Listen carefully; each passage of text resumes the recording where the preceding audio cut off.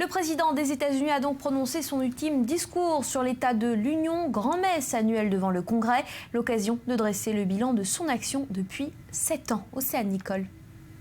Obama fait le bilan. Ce mardi, le président américain s'est exprimé pour la dernière fois sur l'état de l'Union, l'occasion de revenir sur cette année de présidence. Menaces terroristes, Cuba, économie, tous les sujets ont été évoqués par Barack Obama. L'État islamique a mobilisé une grande partie de son discours. Le président appelle les Américains à ne pas succomber à la peur. Pour Obama, pas question de parler de troisième guerre mondiale, mais la menace est pourtant constante et réelle. Both Al-Qaeda and now ISIL pose a direct threat to our people.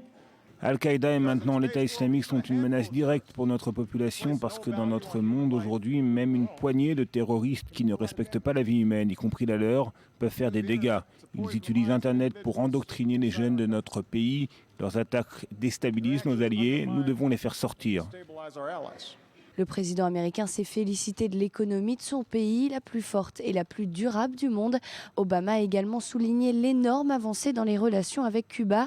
Il l'affirme, la guerre froide est terminée et il faut renforcer la crédibilité des États-Unis sur le continent d'Amérique latine. Après les félicitations, passe au regret. Barack Obama déplore les querelles et attaques récurrentes entre républicains et démocrates.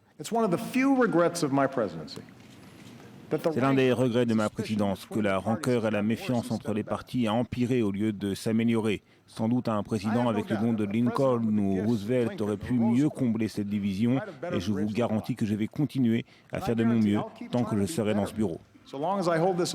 À 12 mois de son départ, le 44e président des États-Unis divise encore les Américains. Selon un dernier sondage, 46% approuvent l'action de Barack Obama à la Maison-Blanche.